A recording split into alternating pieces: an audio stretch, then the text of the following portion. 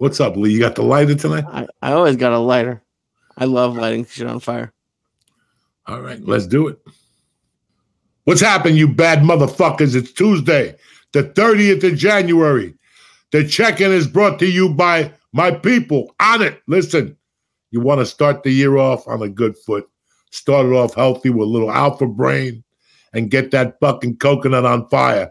Go to onit.com right now. Go through, see what they have, what works for you. The Shroom Tech, listen, tremendous. It don't work on me no more because my lungs are shot.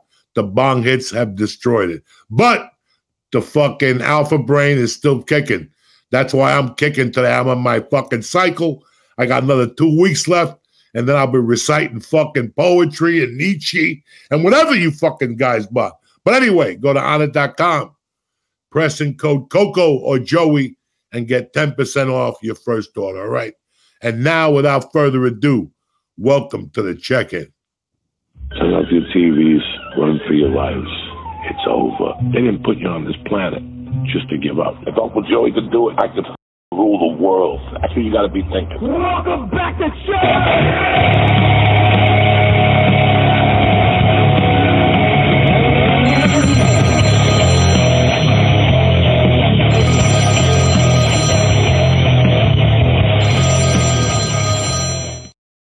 Oh, shit.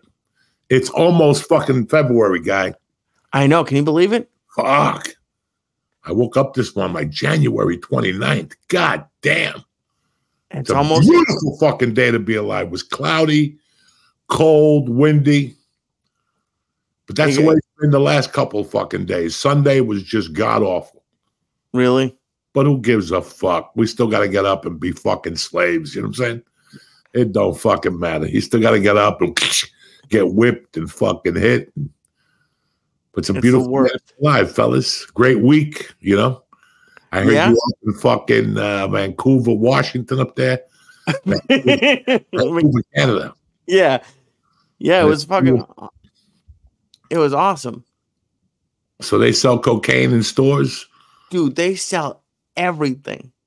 In like, and I didn't get to go because apparently I wasn't in Vancouver, but Josh went. They had a store like the same way you look at a dispensary. It's just the one he went to was mushrooms, but they sell everything there. They sell heroin, they sell cocaine, they sell LSD. And like there's rules, like it's only 2.5 grams that you can get of coke at a time, and like that's like. I don't know if it's like legal or they just decriminalize it, but like there's a weird, but you go to a fucking store. Like it's, what would have happened? Can you have imagined like what do you think would happen if you were around legal cocaine? You know how people rob banks? Yeah. Me and you would have been robbing stores and shit. Give me all the fucking coke. Give me the heroin. So? Give me everything. The labels, the syringes. It's a different fucking world, man. It's 2024, my friend. Was any of it like when you were doing coke? Was any of it like any of the like fun part about it, like the fact that it was illegal and like kind of not creepy, but like you had to be sneaky, or do you just like coke? It took me a long time to get a medical marijuana license. I was getting chewed on for years about getting a medical marijuana license. And I tried to explain to people that I'm talking about somebody who's a civilian, okay? You know, I was a civilian for a long time. And I remember, like, Monday through Thursday, it was no big deal. Trust me, I always smoked pot. You know? We got it from somewhere in Colorado or whatever at that age. But Fridays and Saturdays is something different. Let's say you're a roofer, okay? When I roof with those guys, on Fridays, we left a half hour early. You stop, you get a 12-pack of beer or a 6-pack of beer. There's 3 guys in there. They're drinking, I'm driving, right? Right.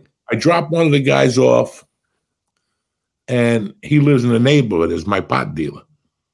So I stop in there. My check is cashed. I get my weed for the weekend, not even for the week. I know it's just going to be for the weekend. And there's something about driving home, drinking that beer that makes you feel like you are breaking the fucking law. And then you go home and you have to grind it up and roll it and smoke it. And it's like what the Indians used to do. They call it like a ceremony, you know? Right, okay. It really turns into that. And now you want me to stop that whole little thing, walk into a weed store, like I'm walking into 7-Eleven to get a pound of ham, and now I'm getting an ounce of weed and some fucking lollipops. It really, even me, it took me a long time to adjust, because just for that little element of danger, just driving home with an ounce in your car, or, you know, I had a friend that got off of work with his friend, and they were driving home, and his friend said, "Do you mind if I stop in this diner to pick up this bookie?" And the guy goes, my friend said, "Yeah." And when he came out, they drove a block and the car got pulled over. The guy went in for coke. So my buddy got arrested and he got charged with, because the guy put the coke under the seat. So both of you got arrested. Really? So, yeah. So my point being that it was part of the whole fucking thing. Like when I was doing coke, bro, listen, I would wake up in the morning and go, today I'm not going to do coke. You know, like today I'm not doing it. I'm not doing it today. And 2 o'clock, I'm not doing it. 6 o'clock came, I'm not doing it. I'm just going to go do my spot at the store and go home. But my spot's at 11:40. Okay. A lot of fucking mileage to kill. And some nights I had a gig with Felipe or George Perez or all the crazy Mexicans down in, you know, off the 5. And that kept me. But if I was sitting there by 7:45, my body would change. My chemistry would change. I couldn't hear you. Like when you were talking to me, I couldn't hear you, because now my mind went into, how am I going to get coke? And I wanted to get it before I got to the Comedy Store. So when I got off stage, I had it in my pocket. I didn't have to hunt it down. And from the time 8 o'clock came, I couldn't control myself. It was something that till this day baffles me. I've written about it, everything. It was like, no matter what you told me, I didn't want to hear it. No matter what you told me, I wasn't going to stop to get the coke. And I wouldn't even stop for red lights in those days. I would go to the ATM in front of Rock and Roll Ralph's, pull over right on fucking Sunset. Never got in trouble. I would go to the ATM, pick money up, make a U-turn, go down La Brea, and go to my dealer's house right there. And you were never scared? Like just the idea of having, like, buying cocaine would be scary, but then like having it on me, like the fact that you had it on you during your sets, I would be like consumed. Like, what if the cops stop me after this? No, you know, I told you that when I came here, it took me 3 years. Just took me like a year and a half just to think and write. And at the same time, I'm writing the book, guys. I'm writing the book, and at the same time, I'm trying to figure out what the fuck happened in my life. Like, how did I go from fucking a guy that quit comedy now that everybody wants to take a picture with me? It was surreal. It was very surreal. And I thought about a time when I used to, right a year before I stopped snorting, I had a dealer that was on the street. I didn't even know his name. I didn't even call him. All I went was to Sunset and Western, and I pulled into the McDonald's and made a U-turn, and I stopped in front of the Home Depot. There was a light, and he would come running from the side streets. You can't fucking believe this shit. And he would come to the car, the driver's side, even though there was another car waiting for a red light right there. Sometimes he was barefoot. Sometimes he had a bicycle. Sometimes he had sneakers on. He was Spanish, didn't speak no English. He pulled up to the car and he immediately put a Coke rock in your nose to make sure you weren't a cop. And even though I knew him, like, hey, how you doing? Sometimes he would just go, what do you want? And I go, give me $60 worth. And he would just go in a bag of rocks, take it out right there at the light and put it in your hand. And I would have to drive home with the fucking thing in my hand. And meanwhile, my hand is sweaty and the Coke is starting to fucking melt on my hand. Jesus. it's surreal. Like, where'd this guy come from? What was his name? I figured out where I met him. I met him behind El Compadre one night outside. And after that, it was like fucking he was everywhere when you needed him. So I have so many questions. Lee, nobody would believe something like that. Well, how do you just meet a homeless drug dealer behind a Mexican restaurant? We were back. That's where Ralphie used to live, that building. Oh, okay. I thought you were just behind. I thought you were in like. We're behind El Compadre about 1 a.m. hanging out. It was like 4 of us in the circle. I don't remember who was in that circle till this day, but it had to be like Teddy, Ralphie, and all of a sudden he came, broke up the circle, and started giving us coke in our noses.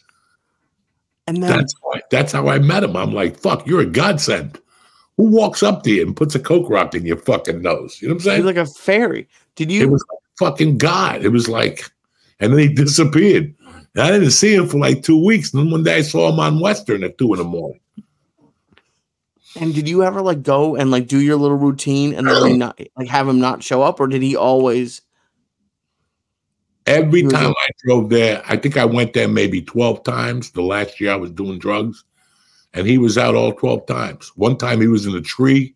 It was fucking insane, man. It was fucking insane. This guy. It was, and I probably got 20 stories like that. But that's the one that really, like, I was like, I went to a UFC fight one time with Joe. Joe was working, 2005, 2004. Okay. Right? I'm sitting there minding my own business. The guy behind me won't shut the fuck up about the longest yard. Like, I can't watch the fight. He keeps tapping me. Hey, how long were you there for? Hang out with Kevin Nash. You know, did you get to do that? After about the 20th question, I just got up. I didn't even know what the UFC was. I know Chuck Liddell was fighting. And as I was walking in the hallway of the UFC, some guy just comes up to me and starts talking to me in Spanish, like he knows me. And all of a sudden, he did know a friend of mine. A friend of mine was there, and he did know him. And he came up to me. He goes, if you ever need something, call this number. I'll bring it up to your room. Whoa. And the next time I was in Vegas, I called him up, and it was in my room. He would bring you an 8-ball for $120, and then he'd give you like 3 sleeping pills and a couple Xanaxes and a codeine or something. Ooh, codeine's fun. Look, this motherfucker, it was crazy. I would get to Vegas and call him, and he'd go, call me when you're ready. So once I would do the show with Joe and I go back to the hotel, I'd call him, and within 30 minutes, he was there. He'd tell me like 18 minutes, I'll be there. I'm right next door. Like, do you think you attracted coke to you? Like, cause like, do people just know that you like? I don't know how. Well, the guy he was with and me had done a few bumps a couple times. Okay. When I saw him with him, I'm like, this guy must be hell too. And then the guy started talking to me on the side. It's fucking crazy. I don't know what that guy's name is. I still talk to the guy that I did bumps with from time to time. He lives in Newark now. And next time I talk to him, I'll ask him, I go, who the fuck was that guy? And did they keep in touch with you? Like, if they saw you were coming to do shows, did you ever get calls? Like, yeah, they would call me. If I was going to LA, they would call. If they would come to LA for the weekend, I'd get them tickets to the comedy store and they'd give me a present. Was it hard? Like, do you remember the first time you got offered coke after you quit? I don't remember. Well, not even the first time, but like, was it hard? Like when you got offered coke? That like 2 months after I quit, some guy called me that I knew from the comedy store. Okay. He's like, man, I got a problem. I got $3,000. I need some coke. Now, if he would have caught me the last year, I would have taken that $3,000. He would have never seen me. Right. Because the guy wouldn't have done nothing. And I was that fucking crazy at that time. But I would never, it was like within 2 months, God gave me a test of 2 people who called me, said they wanted to meet me. I met them and they showed up with not $300, but $3,000, $5,000. I go, where the fuck were you when I 2 months ago. needed you.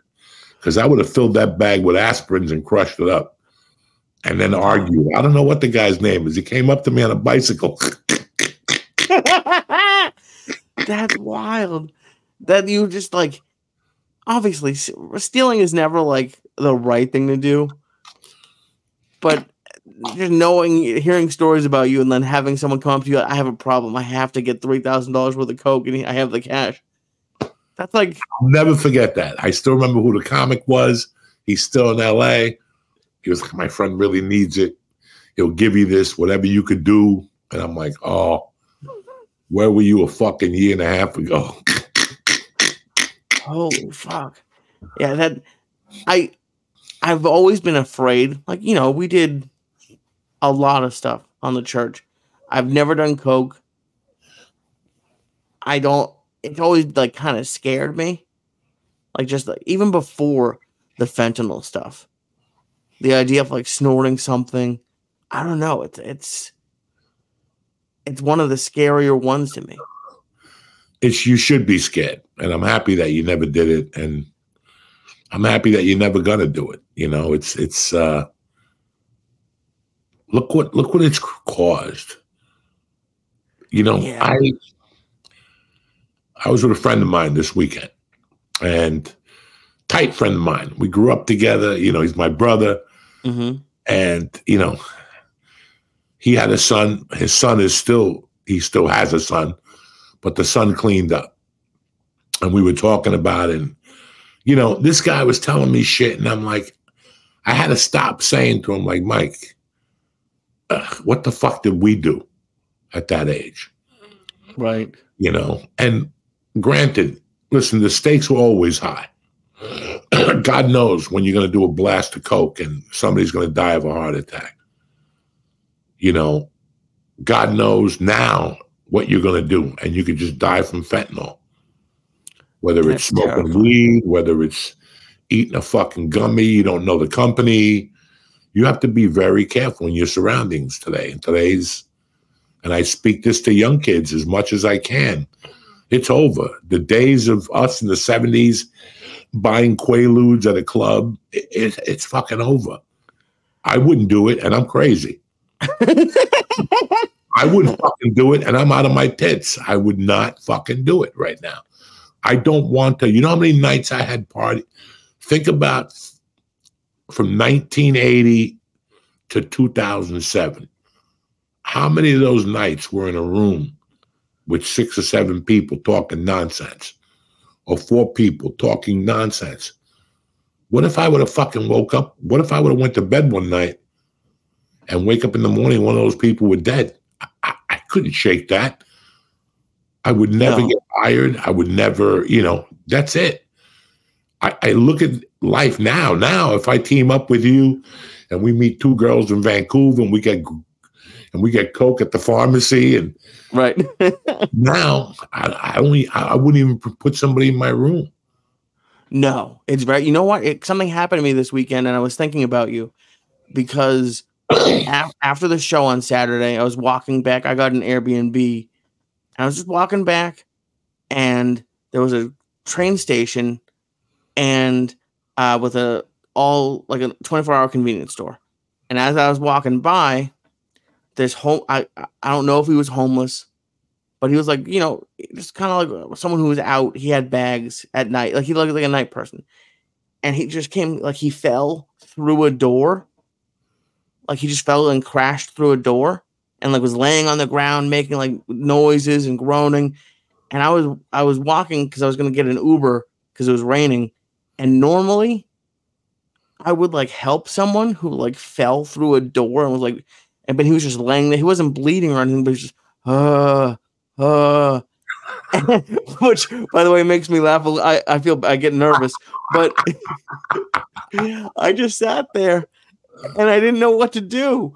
So I didn't and there was another like homeless guy who didn't say anything to him, and he was just kept moaning and I just got in my Uber and I left, but I felt bad. I just love this poor old, he wasn't old, but he was like probably 40s, laying on the ground. I'm laughing because I think of all my years running around and getting in trouble, even for kidnapping. Or listen, I think the worst thing I ever did. It was the night. It was about the week Freddie Prinze died. Okay. It was fucking cold as fuck. It was January. I was a kid. I was pissed about Freddie Prinze, and me and three of my brothers, me and maybe two other guys. Three other guys were walking home. My mother was still alive. That lived on Givenhead Terrace. And we're like by 76th Street on Kennedy Boulevard. Right. There's the high schools there. Like 74th Street. The high school's right there. But the high school's like the whole block. Okay. And we walk. And by the time we get, there's a Board of Ed parking garage in the back. And by the time me and these two, I don't even know what we were talking about. I think we were maybe coming from a movie. That's what it was. When we'd leave a movie in Fairview Cinema, we'd have to walk like 10 blocks to North Bergen. And then if the bus didn't come because the snow or somebody got mugged in Jersey City or something, we would start walking and then we'd see the bus going up. So we knew the bus would be coming down within 30 minutes, and we just keep walking to stay warm. Right. And I'll never forget, we're walking and we hit the Board of Ed, and right there I start hearing,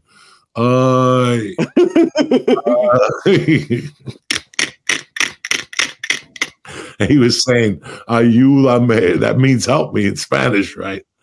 So me and my three buddies, we're walking, and we're fucking nerds. The guys with at the time in North Bergen, these guys are nerds, you know? And I remember, like, I wanted to help the guy. He was hammered. He didn't fall. He was just fucking drunk as fuck. And one of the guys said, let's roll him. You know, let's take his money and shit. The guy's like, Were you like 11 or 12? Yeah, we tried to help him. The guy's like, I can't. And one of us put our hand in his pocket, and that guy came to life, Jack.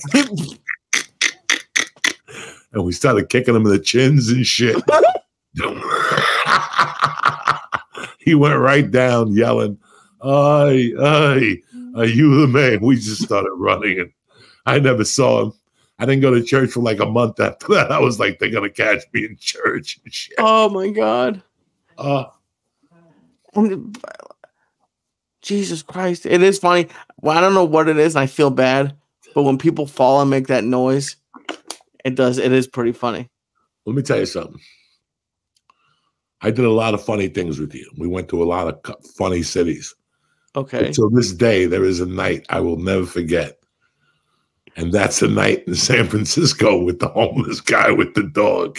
Oh, my God. Yeah, San Jose, I think. Was that San Francisco or San Jose? No, it was. You're right. The Mexican kid. We were with the Spanish kid. Butch, right?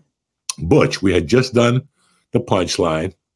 And we just went to the 7-Eleven to get a snack. And we're standing in front of the 7-Eleven. We're not bothering anybody. And the guy comes out with a fucking dog, right? And the dog is barking. I don't know what was going on.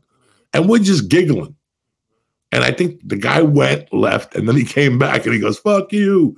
You guys are laughing at my dog." And that's when we started going off.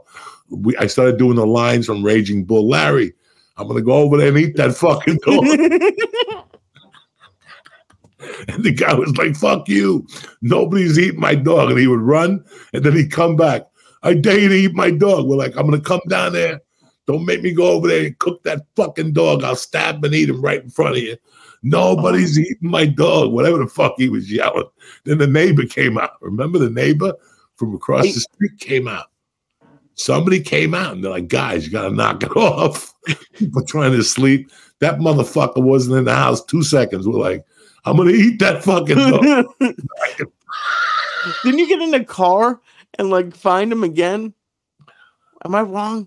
I don't know what happened that night, but we were there for like 45 minutes just fucking howling. Butch Escobar, me, you, I don't know who else was there. That was the weekend we were going to bring you to Hooker, and we couldn't find you. And we were like, "Where were you?" And you're like, "I was making the bed." No, you kept calling me. You knew where I was. You kept calling me. That one, I think, was San Jose. I don't know. Yeah, that one, I think, San Jose. Because Butch told it about Backdoor or whatever, Backpage, and Backdoor is a different website, but Backpage, and you kept showing. By the way, I love that you told Joe about Boys Ahoy. That fucking killed me. But he kept showing us, and he kept telling us about like an old lady that he would like hook up with.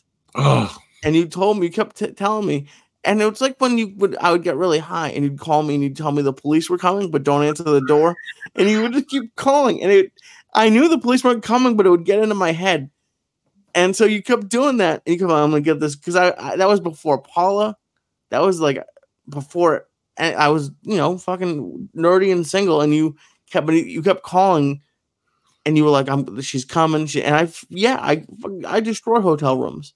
So, and I was embarrassed to think of, and it is funny to think that why would I care what a hooker thought of my hotel room? But I was making the bed. I made the bed. I cleaned. I put all my stuff away. Do you also remember? I think it was another Colorado guy, like an ex-UFC guy, who you sent me a picture of a woman with a tattooed asshole. And you said I had to get on a flight to go, and she was going to go fart in my face. And I was like, who would tattoo an asshole? And I had a bag packed because I never knew. There's something that's the thing you don't know about Joey is that he says when he's fucking with you and when he's telling the truth, it's the same face. You don't like you have such a good poker face, and I don't know, like sometimes like weird shit would happen. And we would just go somewhere randomly. So I'm like, am I going to Colorado? It was a picture of a girl with a barbed wire tattoo around her asshole. And you like, that's the thing is you fucking link other people into your fucking torture. You had him messaging me. Oh, I have it ready for you. I'm like, I don't want a girl whose asshole has a tattoo on it. Oh my God. I remember the chick with the barbed wire asshole tattoo. Oh, you couldn't fathom a girl's tattoo when their ass, but I couldn't fathom. I still can't. So someone has to hold. Does she hold her ass cheeks open? And then I can't imagine getting your asshole tattooed. I have nothing against tattoos. Well, we'll take some edibles on Saturday night, and we'll see if you want to get your asshole tattooed. I've never been. That's the thing. Like, I don't understand when people where they get fucked up and they pretend like they're flying and they jump off of a balcony. I've never been so high. When I get high, I just fucking. You've seen it. I pass out. I don't think about doing weird shit. That's because you're a nice kid. You know what I'm saying? You ain't got no mental problems. Well, that's not true. I'm fucking sitting there last night. Okay. And I'm watching, the news was on. Like CNN or one of those fucking things. And I don't know if my wife was watching, maybe she had Netflix on and she turned it off. I walked into it like about maybe 10:20. And they were talking about that kid that the parents bought him the gun. Oh, shit. He went to school, and now she's getting charged with involuntary manslaughter. And it's a good call, but, man, I don't know that child. Or in other words, I don't know that fucking little retard. But I can tell by looking at him that he ain't right. You could tell he ain't right. His parents, God knows, they're like any other parent today that's young. They're on Instagram also. They're not paying attention, and they buy the kid a gun. He shoots to school. He shoots, I don't know how many kids. I wouldn't even listen to it. But I think it was their, did they buy him a gun or it was their gun? They bought him a gun. Fuck. Or some shit. But if you look at this kid, and I'm not trying to be funny or cute, you could tell that there's fucking issues there. And there's goddamn problems, I'm scared now. I'm petrified because I don't know what kids do on a computer. So like tonight, she comes home from kickboxing, right? At 5:30. Right. She changes, she goes right upstairs. I go up there every 45 minutes. To just check on her? Just to ask her a stupid question, but I'm really looking at the computer. And you're looking at your kids' rooms, and I know when I was a kid, my mom was always in there snooping. And as I got older, my mom was always in there snooping. Well, and I'm sure you might just not know, but does your wife have a thing that like keeps track of everything she does on there? Well, there's a block on stuff. Okay, yeah. And she's really good with the games. We were friends with that guy in California who made the games. Uh-huh. So whenever Mercy comes with a game, my wife will call that dude and say, what do you think about this game? And he'll go, don't let her go on there. She could do this on there. They could crack the screen. They could do, So we watch as much as we can. Because, listen, you and I both know, when you were growing, it's like that song by fucking Jane's Addiction. We have more influence with your children than you do. Yeah. And that's just something that is a fucking reality. That's it. When I was fucking 14, I loved basketball. If fucking Michael Corrin would have told me Jesus was Puerto Rican, I would have believed him. If Julius Erving told me to jump off a bridge, that I'd learn how to jump high, I would believe him, So I know that children are impressionable. Yeah. And that's why, and you look at these things and you go, you know what? My actions are not being I'm not being like a fucking nosy parent. I'm just concerned that she's not up there watching fucking Hamas raping people, whatever the fuck, That's you can find anything. I don't think you're being a nosy parent. I think that's like what a good parent does. I think you have to. I mean, especially like the internet really isn't a place for like kid. Like it's even the games Athena's kids play, Roblox, like that. People can message you, they can friend you. It's not good. Like it's not. And this is. I know everyone talks about Taylor Swift now. I have nothing against Taylor Swift, but like I don't remember loving anything the way I see like people like Athena's kid, her girls.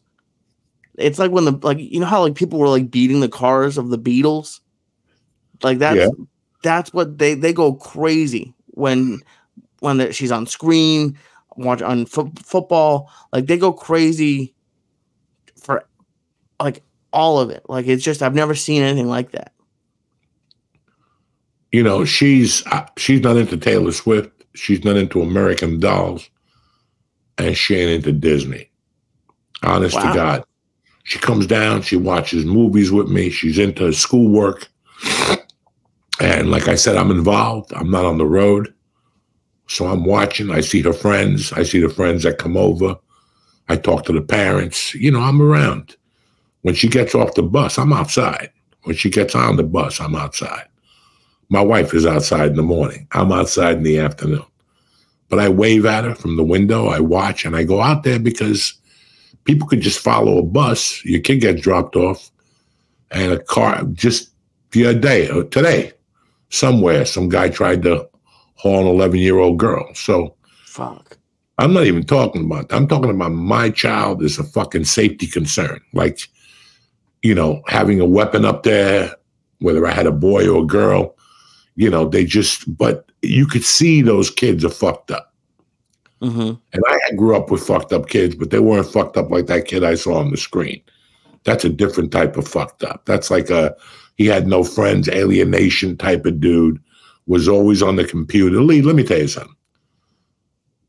I've never gone into the dark web. I don't use the dark web. If you know anything about my computer savviness, you know me, that I don't know anything about anything. If you go through my fucking things on the computer, it's all health shit. Right. Benefits of eating carrots for men over 60. Benefits for a thumb up your ass for men over 60. How many hours a week? That's 90% of the shit you'll find.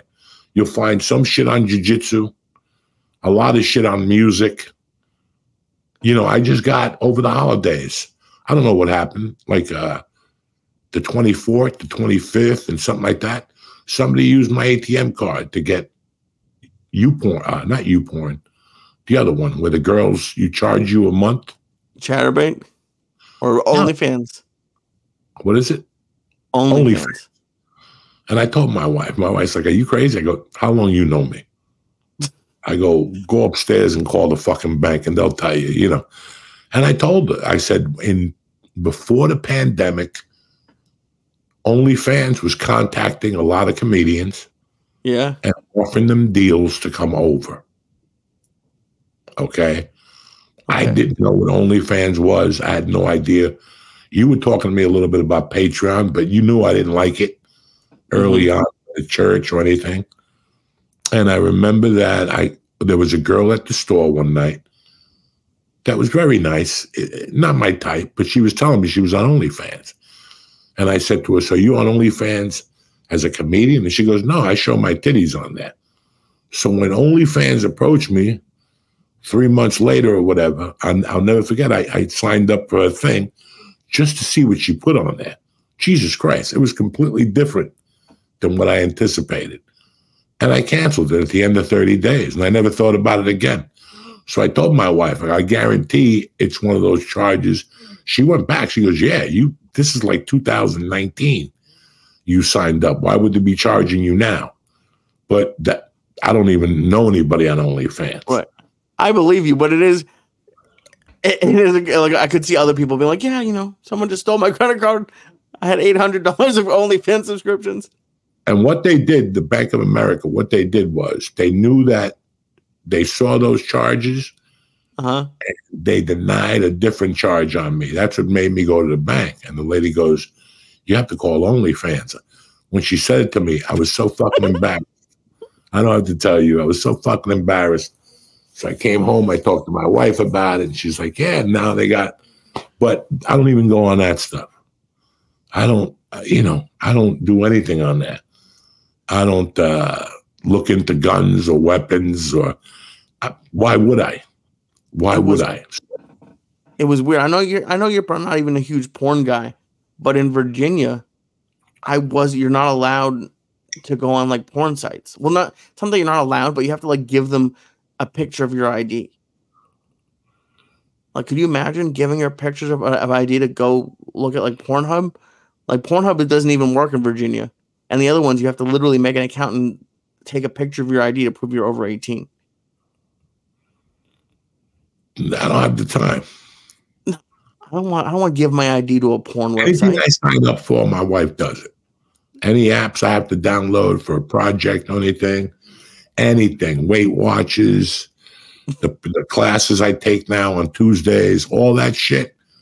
She downloads all that stuff. My breathwork fucking app, just so I don't know what's going on.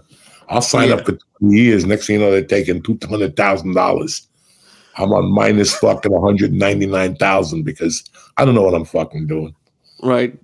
That's why I keep doing what I'm doing. I figured out how to Google things, and I What do you mean you figured it out? Yeah. You go to Google and you press enter. Yeah, but I don't know. Like sometimes I'm looking for a friend of mine that I maybe did time with. I get high at night and I start thinking about shit. And I go, let me find if I can find this guy. 9 out of 10, I can't find him whether I'm feeling lucky or I go on the Google search. I don't even know what to press right. So I hit a Google search. I'm feeling lucky. It's just the first result. Like the first result. It's like, what's that? So like when you go to Google, if you hit "I'm feeling lucky," whatever the first link is the one that it's going to open. And if you think a crazy motherfucker like me is going to go on like a page with weapons and try to look, I was raised, I would never even go through that because that waves a flag. Listen, they tell you that the internet's not monitored, but it is. Oh, fuck yeah, it is. When you go... Who told you it wasn't monitored? Well, that's what it's supposed to be. It's not really monitored. Like, you keep going to a page to how to make a fucking shoe bomb. Eventually, somebody's going to knock on your fucking door. You know what I'm saying? Yeah. Like, you try it 3 or 4 times. How to make an explosive nutsack. And fucking, I got big balls. I might as well put a bomb in my nutsack. How do I do it? You hit that Google search 3 times. Somebody will knock on your fucking door. Hell yeah. And I don't, this isn't just me talking to you. So there's no crazy communication on my pages like this. Why? Why? It's like stealing a car. If the cops pull you over, you're in it. The evidence, you're in it. You're sitting on it. Right. So it's a fucking vehicle for me to read shit. I'm lazy sometimes, so I just want to cut through the shit. And that's it. I would love to look at your Google searches, though. I feel like there might be a couple funny ones. Oh, I would just love to know what you Google. Fucking fungi toenail remedies. You know, I've Googled that search. That's my heaviest fucking search. Is a search of how to cure the fungi toenail, and it's only 2 ways. You can read 1,000 pages, and there's 2 ways: either stick your feet in gasoline and light them on fire, and then you piss blood for 2 years. You know. Holy shit! Could you cut the toenail off and let it regrow, or is it just in there? I've been doing here for the last 10 years. No, but the whole toenail. Now I got one on the right one, and when I got one on the left one, and every time you cut them, smoke comes out of them. It is tremendous. I don't cut them just to cut them to see the smoke come out of it. Like it's like the fungi flies up in the air. I love it. And then I sand them down. I know. Yeah. I'm embarrassed to even go to jiu-jitsu with my fucking lizard feet. But what are my options to go in there with fucking sandals and shit? Oh my God. I do remember. I was thinking about you this week too. You might know where I'm going with this. Like the 3 weeks I did jiu-jitsu. We rolled once, and I've had a callus on my big toe for fucking 35 years. I don't know, all of my life. And I got you with it, and you called it the Auschwitz toe. You said it was like my superpower move. You said I could win every tournament. That was the football. That was the fucking foot your grandfather used in Auschwitz. He would stop this. No, he would just kick him next. Kick him with that toe. Through the years, the toe got harder and harder, you know. Oh, it gets you. I fucking got Athena's kid with it the other day by accident. She's like, "Oh, you put a hole in my skin." And really? I didn't. No, she wasn't bleeding or anything. But we were playing around, and it touched her. And she. So far, I'm up to 800 milligrams. You know. Oh my God! So far, it's just another day in the park. It's Monday. These motherfuckers don't know. I went to red light therapy today. I changed my whole fucking molecular cell structure. Nice. I got that shot I got in Texas going through my fucking body now. The stem cell IV. Are you going to keep doing that? Can you do that in New Jersey? Mm-hmm. That's interesting. Yeah. Do your knees feel better? No. Okay. Not so far. It takes time. Right. That makes sense. It takes time, you know, but they feel better. Like I gave them a lot. I waited a week, and then I gave them a lot of blood for 3 days. I fucking rode the bikes. I put some weight on it. And then now they feel a little better than last week. I'm not doing nothing crazy. I'm not squatting, nothing like that. It's all walking stairs and going to jiu-jitsu and lifting at the gym. I'm not doing no fucking nothing crazy. I'm just trying to stay alive, Lee. I'm trying to laugh, have a good time. Last week, I ate a bag of dicks on stage, Lee. Oh, really?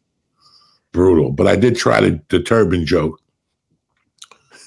That didn't. They didn't like it? You know, that was one of my darkest fantasies. You know, I went to my daughter's recital Tuesday night. Mm-hmm.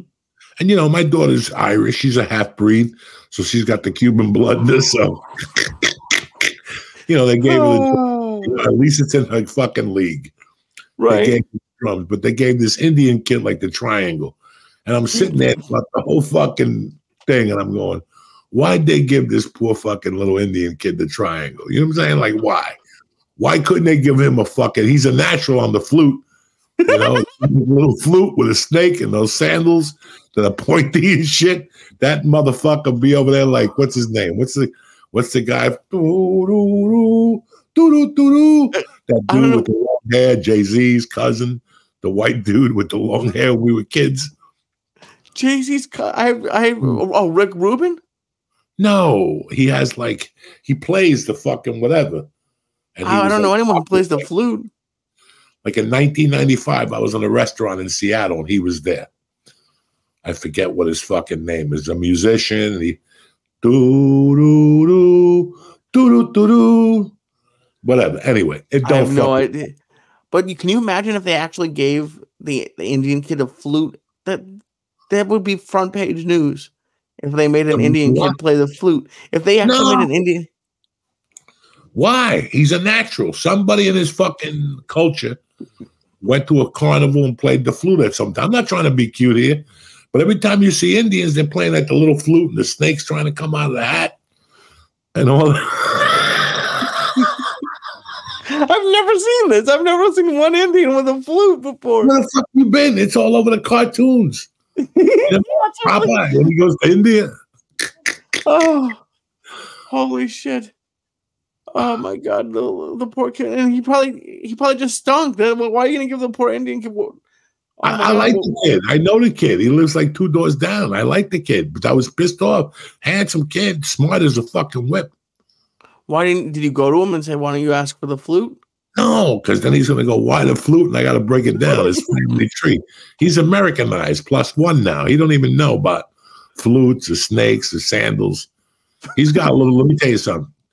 Then there's another Indian family that goes to jiu-jitsu with Mercy. The mom is fucking cool as shit. The dad always comes up to me. I'm going to bring my friend from work. He's a big fan. And, but the kids, man, they're going to be models because they're like Americanized. Uh-huh. They're going to be models. Both of them. Both. He's handsome as fuck. He's got a nice little hairdo, and she's going to just be Americanized, beautiful Indian girl. Beautiful American Indians, beautiful. So, all right. So they didn't like the turban joke. What else? Like, how did it feel to bomb? Did it feel bad? Did you like it? Like, what were you going through? There was a reaction from my body. I didn't shit my pants. I didn't pull a Bert, but there was a reaction. Like not that I started sweating, but I found myself, and I put myself there to see how it feels, you know. But this week I plan to go out 2 nights.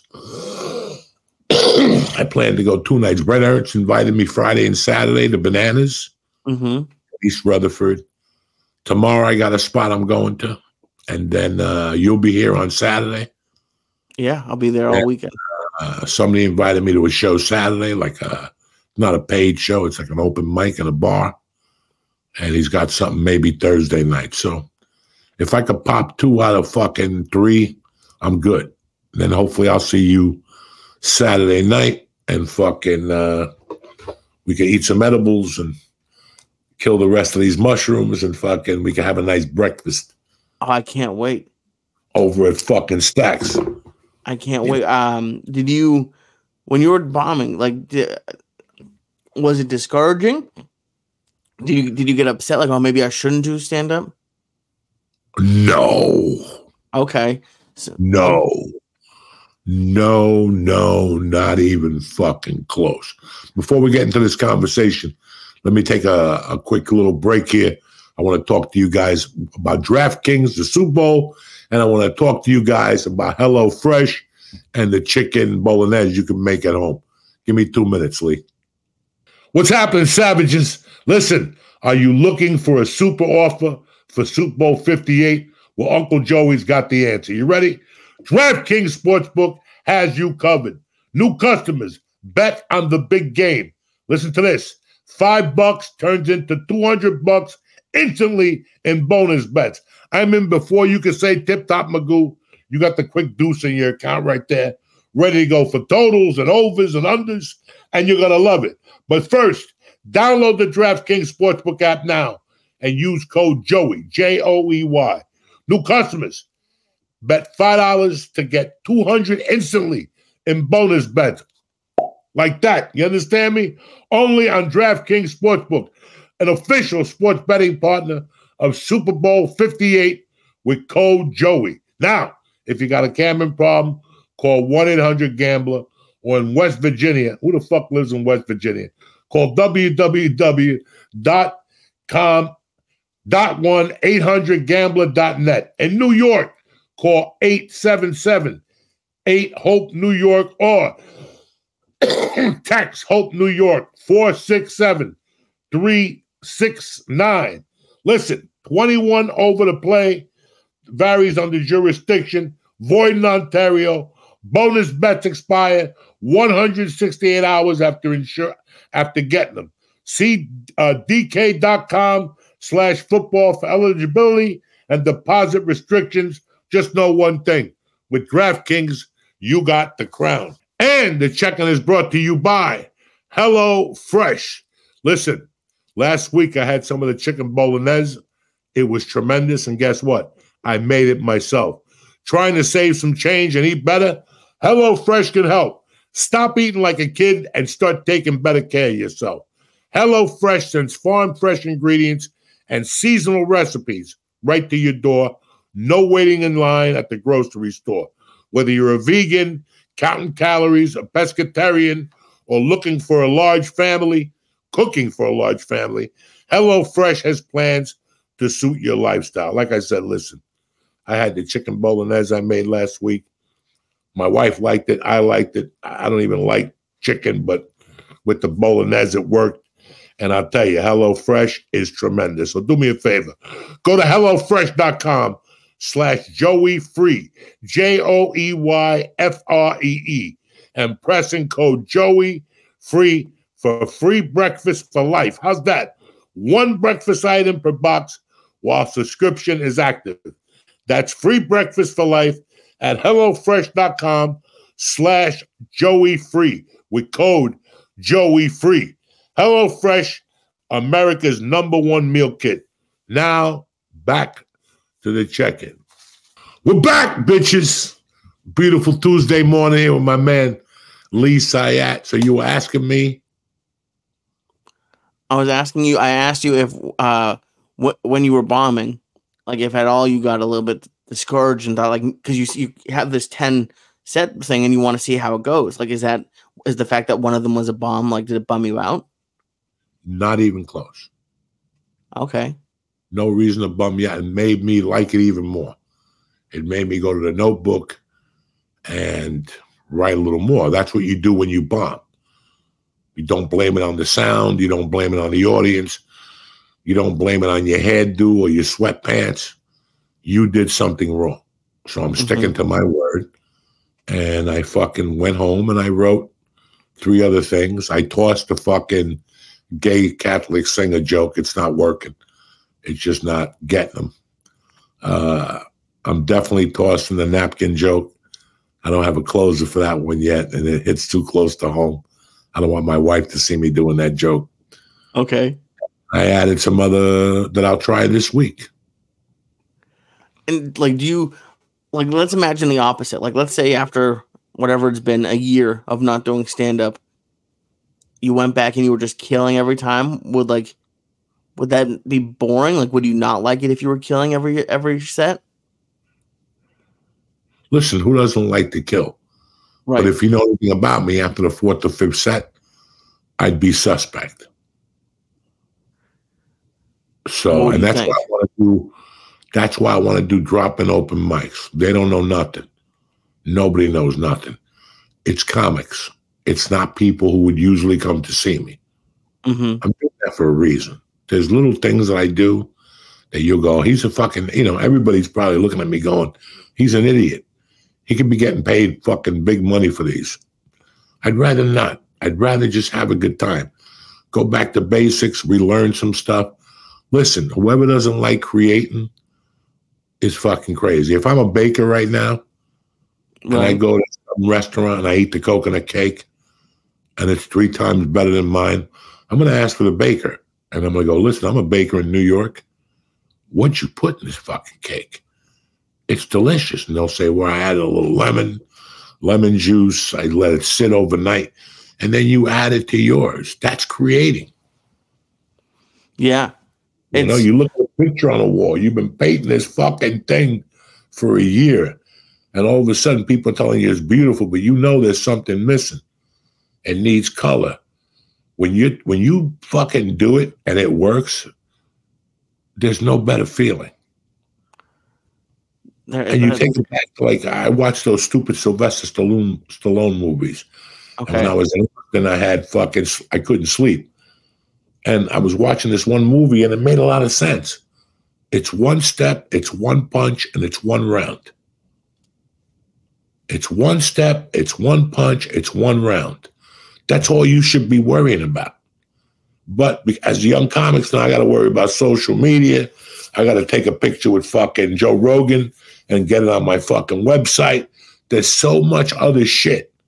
What I'm trying to do with the book and with you when we talk is bringing it back to basics. You want to be a good comic. Let's start there. When it's time to fucking shine on social media, we'll get to that level. These are all levels. When you start mixing them, you had a very interesting question this morning, which I thought about all day. And I kind of felt hypocritical about the answer I gave you. When you're young and somebody they want to notice you, it's always great to take a meeting with them and speak to them, whatever, and see what they're looking to do. But 9 out of 10 times, if they're anybody, they'll make contact with you, come watch you. And if they see something special in you, they'll check on you every 90 days. Okay. And make notes on you. I remember when I got to LA, I wanted a manager so bad. And there was a guy he had clients, they were all working on TV, and they were all working as acting comics. And I took a meeting with him. Okay. So did Josh Wolf. And I'll never forget that when I sat down, he turned around, and in his fucking file, he had a file with my name on it. And all the sets, he had seen me with the results and what he thought. Whoa. The guy didn't sign me. He ended up quitting the business and becoming a millionaire with a .com company or something. Ask Josh about him. But his clients were good. His clients, I still remember their names. I'm not going to drop them. He had clients that at the time were fucking doing great things in film and television. And they were all at the store. And he was at the store every night. But it was very impressive that he had watched me and paid attention. And the dates were accurate. I was at those places. That's so organized. Again, it's really tough. Like you were talking about like an episode or two ago about like not being desperate. And like when you said that guy didn't sign you. If someone doesn't sign you right away, is it like it just seemed like it would bum me? How long did it take you to not get affected emotionally by that stuff? Listen, man, at the time I had the store, so all that shit was just humps and bumps.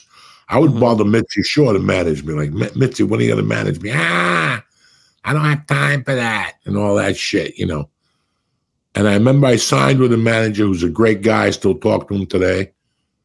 I don't think he was prepared for Hollywood. Okay. And I was more aggressive. And then I signed with a guy who was very good. And till today, I thank him I thank Jeff because he showed me the importance of film and television. And I saw it, and I ran with the advice he gave me and what he taught me. When he signed me, I was a glorified feature. He didn't pull no punches. He goes, I'm not going to make any money with you at $500 a week. Right, yeah. That's $50 in my pocket. That's not money to me. So if you want to be with me, you got to start acting. So go get a couple of jobs, then come back to me. And I booked basketball and the pilot, and I bumped into him in a commercial. And I bumped into him at a parking lot at the Improv, and I told him. And he goes, let's set up a meeting. Let me get the reels. When I got there, he had all my tape already. And he goes, let's work on this. Let's work on that. He had a fucking plan. Yeah, that's what I'm looking for. We went right from acting class. Like there's usually like a little period where people milk you and shit. Not him. I think on my third audition, I was sitting in a room with fucking movie stars. I was like, oh no. Shit. Like the education I got from being with him, those 3 years of auditions from 99 to maybe 2003, I thought I wasn't doing any work, but he was getting me into rooms with big time people because he believed in me. And I didn't book that job that day. But then those people would see me again. And now I went to producers. And then they would see me again, and I would go to producers on everything until one day I just busted 3 of them. You know, it was like Taxi, The Longest Yard. There was like 3 big things I did because I just didn't get those. I had been working on those. It was the same. Tony's got the same casting directors. They all meet and talk about Lee Syatt. I just had this little Jewish kid, Lee Syatt. He was chubby. He danced in the room. Anybody know? I saw him at the Improv last month. I kind of liked him. Maybe we'll call him in for another meeting. And then you come in and your hands are shaking. And they'll go, listen, we love you, but you're still a big green, but we'll be thinking about you. And then 9 months later, you see him and you got 2 more credits. And now you're more confident in the room. And that time you won't get it. It went to a big time name. But the next time, you're going to fucking bang it out. It's because you talk about this is the best time of your, like your favorite time of your career. Like that's I think the hardest part of you do. I mean, I've heard you and a lot of headliners talk about like the open mic feature levels, like you're the time you look back on with like the most fondness for a variety of reasons.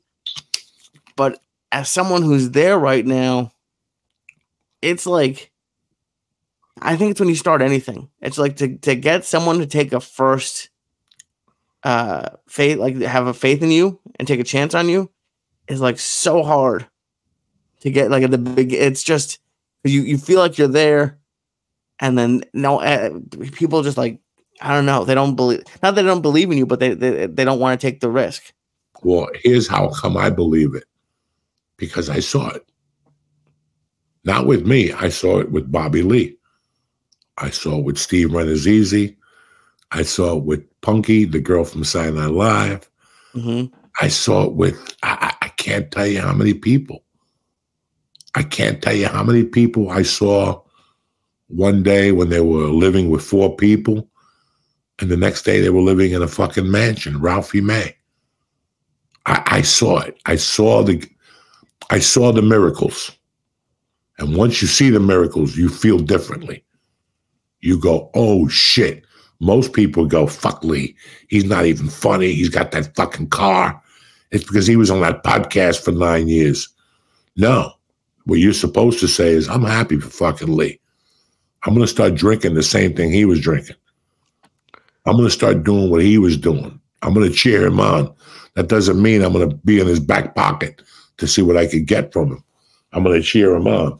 And that's what I did with Ralphie. Me and Ralphie were slept on the same floor, you know, for 4 or 5. Let me see. Ralphie hit,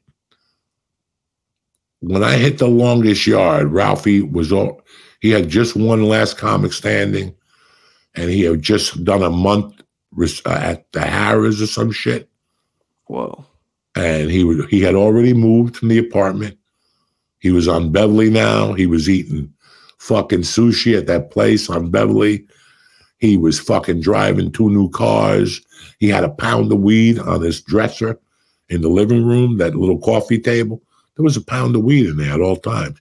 You just went over there, opened it up, and took a bud out of it and rolled a joint. It was unbelievable when he opened up his doors to everybody.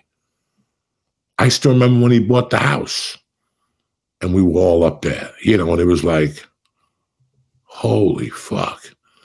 And then for years, he would come home on Monday and pick me up and buy me $600 worth of weed and edibles and cookies. And we go to eat at Chin Chin. You know, we fucking do, you know, I saw it. I saw Joe Rogan end the show on NBC thinking he was going to become a big stand-up. And next thing you know, he's on fucking news radio. He's on Fear Factor. Right. You know, out of nowhere. And next thing you know, we're doing shows and going up to his room afterward, ordering room service and talking into some fucking thing every Saturday, every Friday. And I would goof on him. Dog, who are you talking to? Those are, who's home on a Friday night? 13-year-olds that are fucking whacking off, looking for free entertainment. That's JRE today. Yeah. That's fucking JRE today. So you think about what I saw and how that makes you a believer. It's like the people in the Bible that saw Jesus turn bread to fucking, fish. Right. Well, it's the same thing. I saw human beings turn nothing into something. And that's fucking big when you see it. That's big, man. Yeah. Yeah, there's been a couple of people, like in my class. Like there's one guy, Michael Blaustein, he's part of like the Stiff Socks podcast.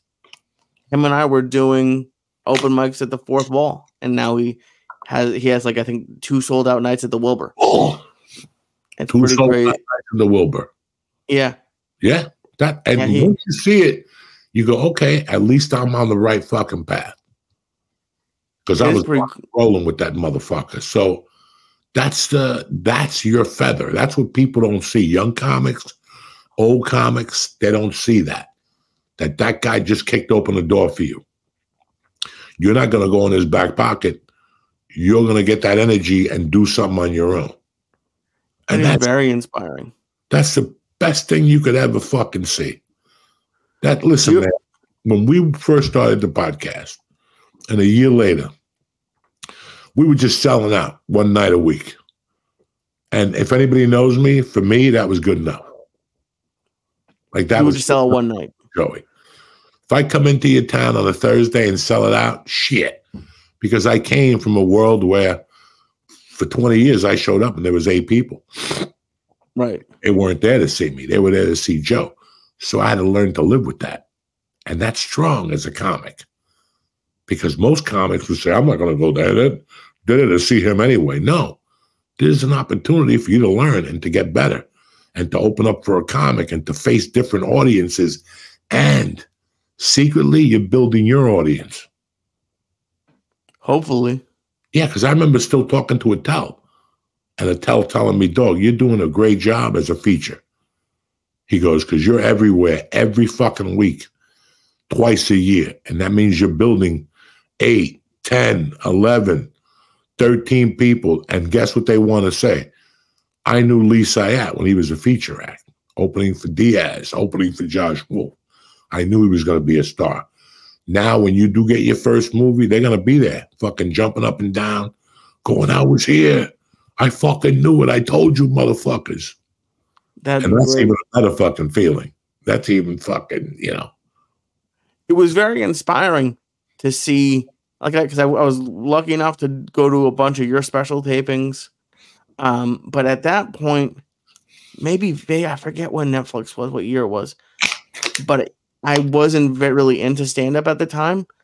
Like when I went to Chicago and then to Vegas, like to see him film it, it was just very like, I even sat, the theater is great. It's like super old and you can smoke. And there's a staircase and I just sat and I couldn't see him, but I could hear him. And I just smoked a joint and like listened to him.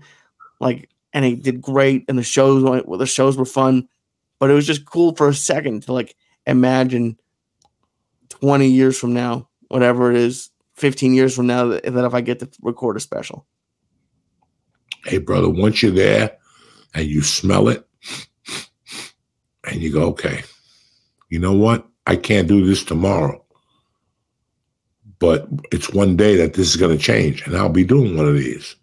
And it's really, I don't know. It was, listen, I don't know. I never wanted to be no big time comic. I did it to just, I don't know. But it was great to see what I saw. And the knowledge I got, it was fucking amazing. From the sets and the people I was with. Do you ever think, if you ever thought I was going to do it, I still remember going to see Analyze That on a date and leaving the movie theater. I went to see it up at Universal City. Okay. At a matinee. And I remember leaving there going, what the fuck am I doing with my life? What the fuck am I doing? There was 2 movies I went to see and I left there like, what am I doing? Jerry Maguire in Seattle.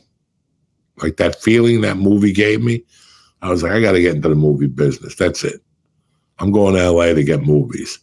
But I'm like, I'll only be an extra. And then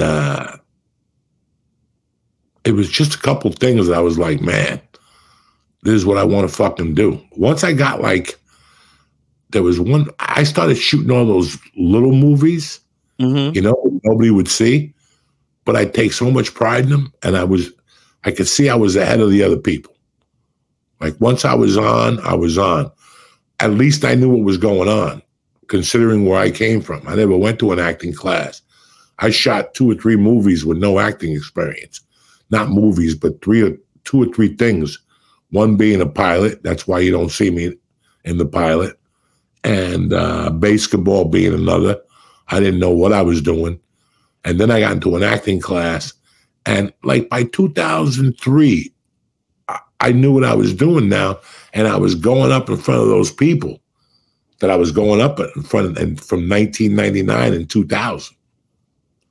And now I was getting farther with them. Right. What was it about Jerry Maguire that inspired you? Jay Moore. Really? Jay Moore was a stand-up from New Jersey. I mean, Jay Moore was a lot handsome then. I'm no Jay Moore, but just that feeling that he was a stand-up gave me I still remember coming here and being an open micer, and his name, there was like little newspaper advertisements everywhere with his name. Him, Bill Bellamy, I forget who else then, but Felicia Michaels, I remember Nick DiPaolo. When I came in 93, those guys were all, Dave Chappelle had just done Robin Hood Men in Tights. There was just so many people. Look at that. Chappelle that was 31 fucking years ago. And he's still killing it. So Chappelle did a movie then, which at the time you didn't think nothing of it. Now, when you look at his movie career, it started with that movie. Well, that one and the Stoner one, the one he did, Half-Baked, but and Robin Hood Men in Tights, that's interesting. Is that how they get in? Is they get popular with the movie and then they can run with stand-up? I've always believed that. A lot of people don't. I think it gives people a different look. Do you think podcasting is similar to that now? I think podcasting is bigger because you get to know who the fuck I am. You get to know my life, what I went through, whether I choose to say it. And, if I don't choose to, can you imagine all right, let's say somebody from Yellowstone. Okay. Let's talk about Beth. You ever watch Yellowstone? Beth. I've watched a couple clips. I know who Beth is. Beth is the best character on TV. But wow. Bam. Let's say Beth did a podcast every week. She's Australian, right? Her accent. I didn't know that. Yeah. So let's say Beth does a podcast. Like I just saw Beth in a movie with Denzel. Oh, when he plays the pilot and the airline over Flight. She plays like a fucking chick that's smoking heroin and shit. Oh, I didn't know that. So she just didn't pop up and get Yellowstone. Right. She did 30 appearances, maybe 2 or 3 of them you caught. And that's why, I don't know. I'm trying to figure out how to do it. What am I trying to say here? There's got to be some type of pages to show people where it all comes together. It's like what I hate right now, what's going on with comedians. People think these comics just came out of an apartment one day and started cracking jokes. They discredit the 20 years before that. You think that I remember opening for Louis C.K. in 94 or 95 in Seattle. I think Josh Wolf was there with us. Are you fucking kidding me? Right. And that wasn't a big room then. That was the room in Seattle at the time, but it wasn't a theater. There was an improv there. It wasn't an A room. They shut it down. But I always want people to know it's a long time. And it's not one thing. It's going to be a bunch of little things. And then they all come together one day. Some of the best advice one day I got from an executive producer on Longest Yard. He goes, this movie didn't shine for you as much as you anticipated it, but don't worry about it. 10 years from now, this movie's going to change you in people's eyes because it's going to connect you with other roles and other projects. And then people go, oh, okay. I saw him in an episode of Cold Case. And that was 2003. I saw him in Taxi, and that was 2004. I saw him in Spider-Man, and that was 2002. People start connecting all that. I saw him in Grudge Match in 2013. I walked out of the movie theater. I saw, I saw him in The Sopranos. That one, I was happy he got shot. People will tell you. And it's pretty interesting. It's very interesting. And the same thing with stand-up. That's why I told you to do that thing every 90 days, because I want people to document it. It's completely different than what I thought I told you.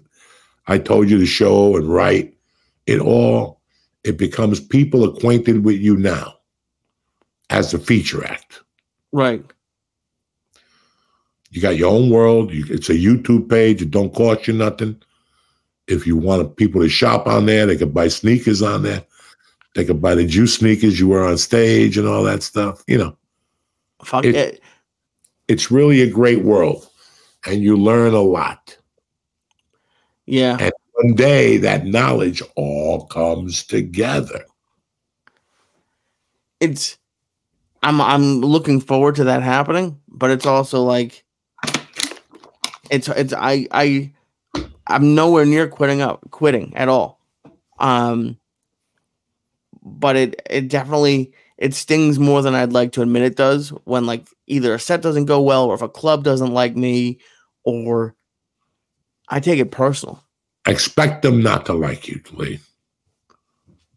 Make believe they're all fucking German. Expect them not to like you. Okay? That makes your life easier. Expect them not to like you. Expect for you to walk in and go, hi, I opened up for Josh and Joe Diaz. I'm here to report for duty. And they're like, that's great. Here's the keys to the condo. Take a hike. Right. Until you become valuable to them. Yeah. Until one day in the middle of a football game, they see you jumping up and down a commercial next to the quarterback in Kansas City. Yeah, Patrick Mahomes. Now they fucking look at the TV and go, oh, shit. I just had that little motherfucker at my club last month. Now, next time you come, you're going to, even though you're not a movie star, and even though you're still a feature, he's going to treat you differently. How does that make you feel about people? Like if they just start treating you differently when you start, like when you can help them? Because now they see the effort in you. Now they go, oh, if he booked one, he could book two. Right. And if he booked two, he could book three. And something really big. And here I am being a shithead to him as a club manager or as an agent or as an employee at a club. Because now you become an asset.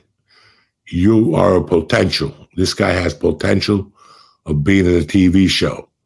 As a matter of fact, the guy that from Curb Your Enthusiasm is taking him on the road. There's little things that people see. And that's why it's not their fault if they don't like you. It's the way that they were programmed. They're not there to hate you. They're there to like you. And there's two ways. You could fucking make them laugh and be a shithead, or make them laugh and be a gentleman. Right. And that's, I feel like I'm always polite to everyone, but like when you're looking back, and I've heard you talk about it a little bit, but looking back at for the people who did help you out when you couldn't help them, do you feel different towards them than you do against people who come along later? What do you mean? Like the first guy, like the guys who would bring you out in Denver, or like the guy, or if a club started headlining you when you weren't selling tickets, like do you look at those people and like would you do more for them, or like do they mean more to you than it does for someone who? There's a guy in Houston that used to headline me when nobody was even thinking about it. And I remember the first room I sold out was Houston. Like over the Christmas holiday, I sold out one of the shows. And the rest of the shows, I wasn't doing bad. And he saw it. I didn't see it. And I remember trying to get an agent, a booking agent. And if you're not selling tickets, again, there's not much a booking agent could do for you. If he puts you in 10 clubs and you're getting 100 a show, we got a problem. We got to start from scratch now. Thank God, because of the podcast and the Rogan and the movies, everything was falling into place. So I went from going to a club for a weekend. First time I went out as a headliner was Columbus. I ate a bag of dicks. They didn't bring me back for a year and a half. And then I found out they were closed and stuff. But how bad do you think I felt about that? Yeah. I went from selling one night a week for a year. I would come to Nyack and do Thursday night, sell it out, everybody. Or then I come back the next year or 2 years later, and I do Wednesday and Thursday and sell it out. Then I come back 2 years later, and now I was selling out Wednesday 2 shows and Thursday 2 shows, which meant I could sell out a weekend. Right. So if I wouldn't have done that, I kept growing. I was very fortunate. And the show that made the statement was me and Ari in the House of Blues in Chicago. Really? We sold it out. And everybody got a memo. They sold at the House of Blues. And everything changed. It's all different steps. When was that? Do you remember? I still remember selling out a show with Ari in Buffalo at a theater, like 300 tickets, where we got the Fidel Castro T-shirts and shit. Yeah, I remember that one. It all had to start somewhere. That was over, 15 years ago, it had to be. So it was all patience. That's why when most comics, and then they trick you. Then there's people who'll trick you. How? Like yesterday, the line all week was 4 on Baltimore. And then they did an old school trick. They raised the line on you. And now it makes you think, what's going on? Fuck it. If they raised the line, they tried to switch all the money to Baltimore. You saw the result. Sometimes I'll do a fake. I want you to look at the steps and how they do it. You do a couple of things, and all of a sudden they blast you on a theater tour for $89.95. People want to know why you're doing theaters and why you're charging $89.95. They think you're going to see the fucking beach fucking part in half. And then you just go, it's another stand-up comic. There's a lot of marketing tactics that they use. And they get you with them every 5 or 6 years. They just trick you? It's the same thing as a marketing scam. But that's, like, I did a lot of thinking since last night about this. And, like, something that I've always, like, I guess admired about you is, like, how you would tell me little things, but you would say, even before I started stand-up, like with like agents or managers, like you have to tell them, like you have to say, like saying no is hard for me. Like saying no, and a lot of things in life is hard for me. But this is all new to you. This is all new to you. Mm-hmm. The reason why I like that you're doing this is because when you get to that level, they can't sell you on this. You've already done the paperwork. This is why I always stick up for Brendan. Brendan didn't have this. Brendan didn't have these 6 years, 7 years that you're experiencing right now. Right.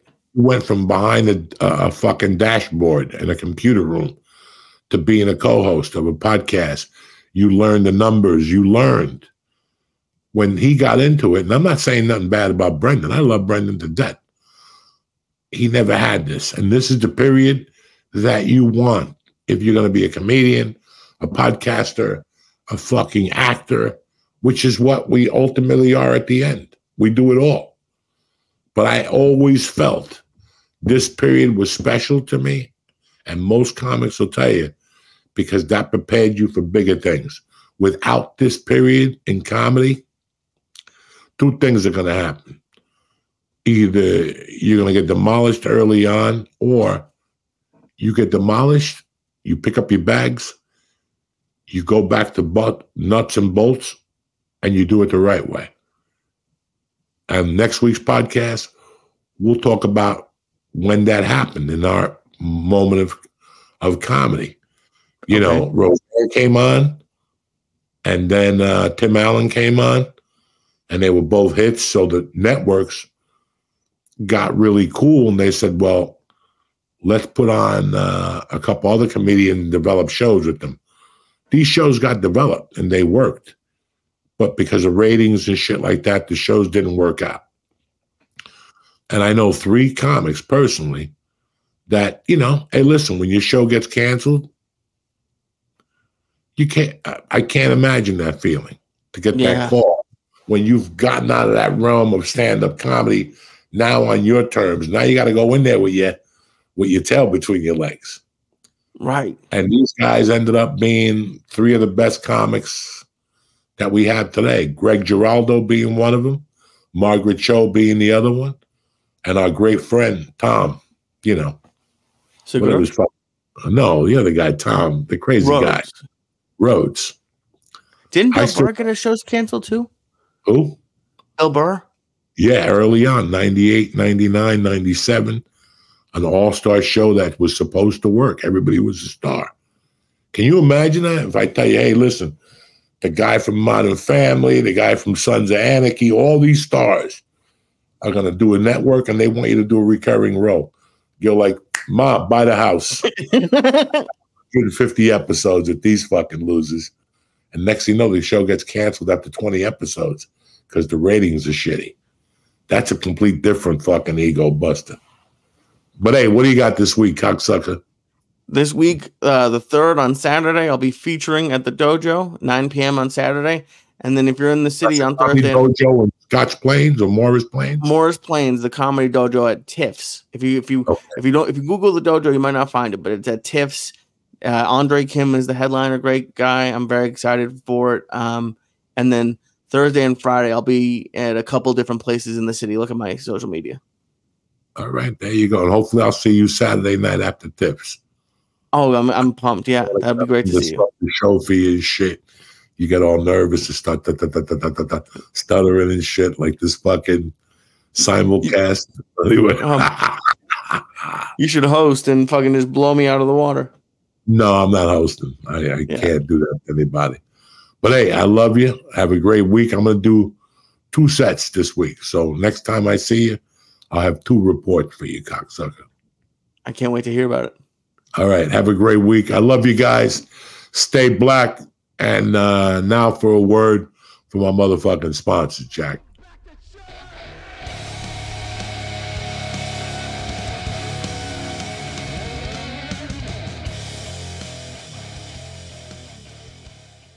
The check-in is brought to you by my people. On it. Listen, you want to start the year off on a good foot.